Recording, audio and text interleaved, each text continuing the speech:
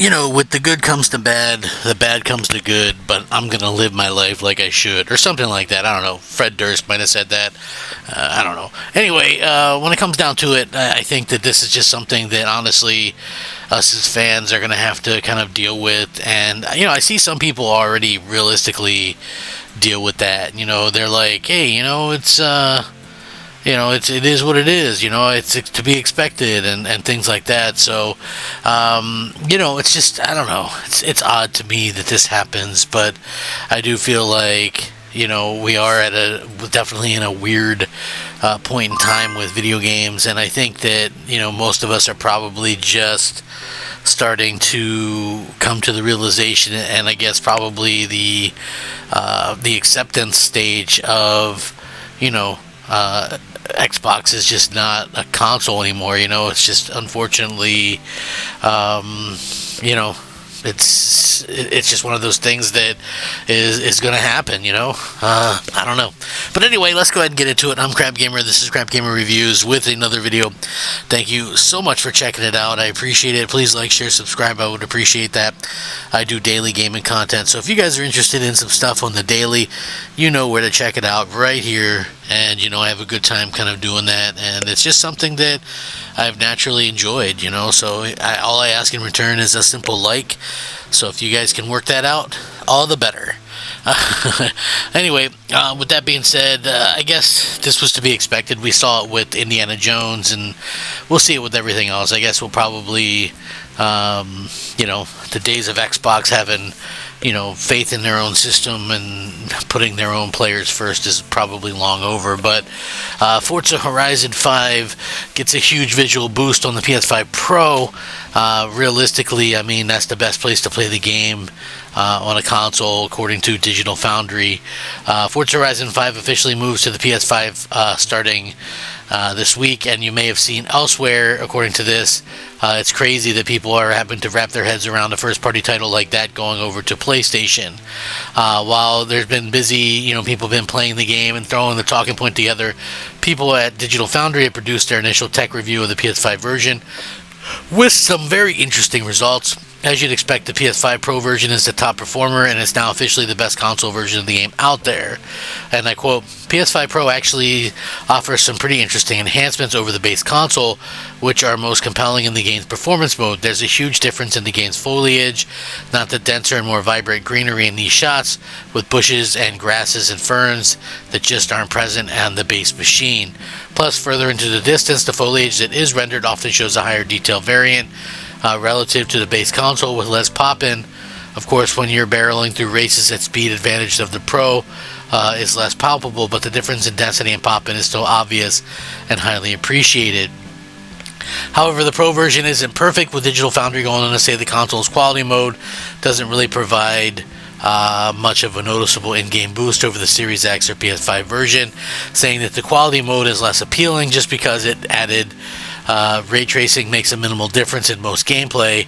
I would have loved to have more comprehensive solution for ray trace reflections, perhaps like the one in Forza Motorsport, though that would probably be outside of scope of a port like this. As for the base PS5 and Series X version, sounds exactly as you'd expect. Those two consoles are a very close match overall, with the outlet claiming that it'd be struggled to tell the difference between them. Digital Foundry did get slightly higher pixel counts on the Series X in certain instances, but nothing hugely noticeable in gameplay scenarios. Flipping back and forth between Series X and PS5, there's virtually no visual distinction, with identical foliage placement, matching terrain, and very similar image quality. I'd really struggled to tell the difference between the two platforms in almost any circumstance. Pixel counts aren't especially important here, as both consoles typically reach and hold the full 4K.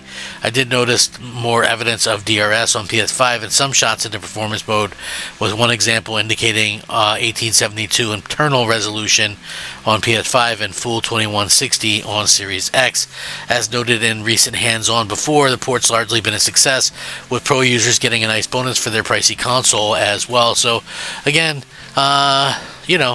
it's just odd to me. That whole situation, I feel, is very strange.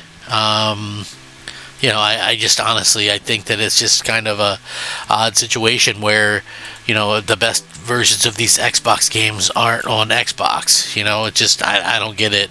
I don't get the idea behind it. I don't get how this helps anybody in the industry. I know some people will come out and say the same old trope. More people get to play the game. That's good for this. That's good for that, or whatever.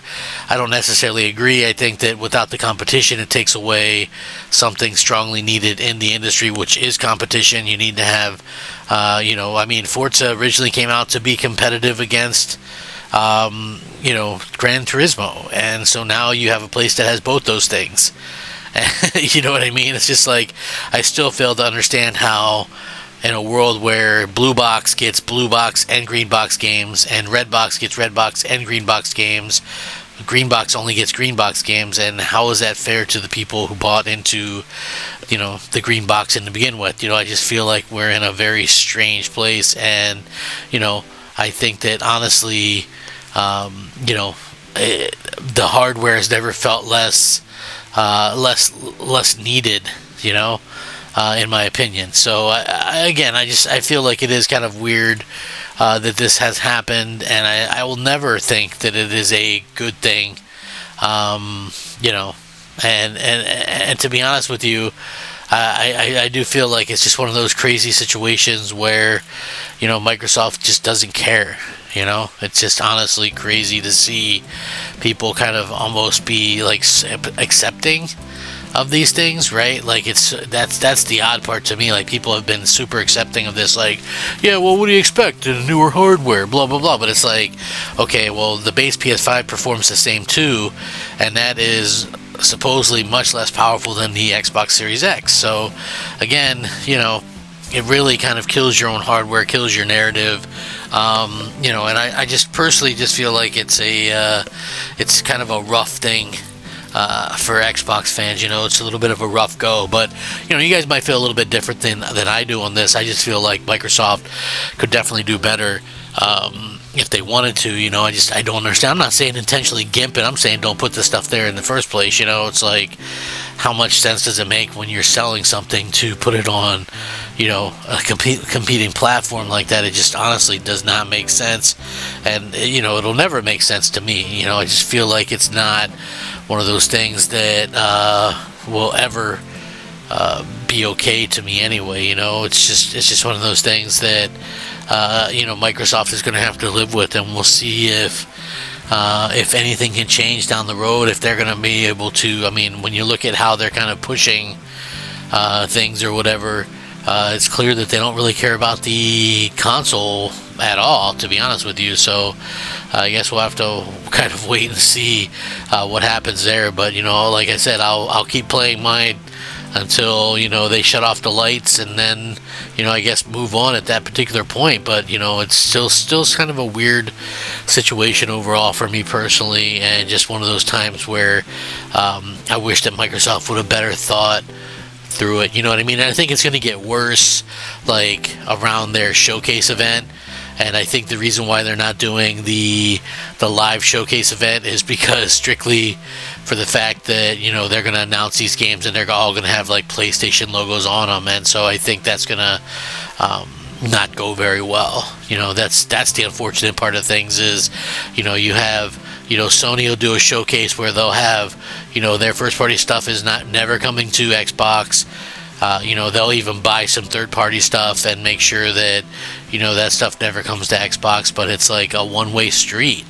And, we're the ones that got to deal with that for whatever reason. It doesn't make a whole lot of sense to me anyway. But maybe you guys have a different point of view, a bit different thought of this. I don't know.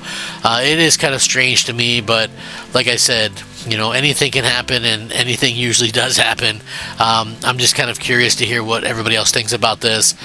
Should we just get used to all these things? I mean, can you imagine Halo, Gears of War, these games being best on PlayStation? I don't know. It seems almost impossible to me at this point that that's actually a thing, and they really just don't seem to care. They're not really caring what the average fan wants or what the average fan is saying. So I don't know. It's sort of a weird thing to kind of come to grips with, but I guess slowly but surely people are. We're starting to realize, hey, Microsoft is a great publisher now. They're just irrelevant completely in the hardware space. So, we'll see what happens from here on out. Anyway, I'll link this in the description. You guys can let me know how you guys feel. I appreciate you guys leaving a like on the video. Rack 'em up. Crap Gamer out.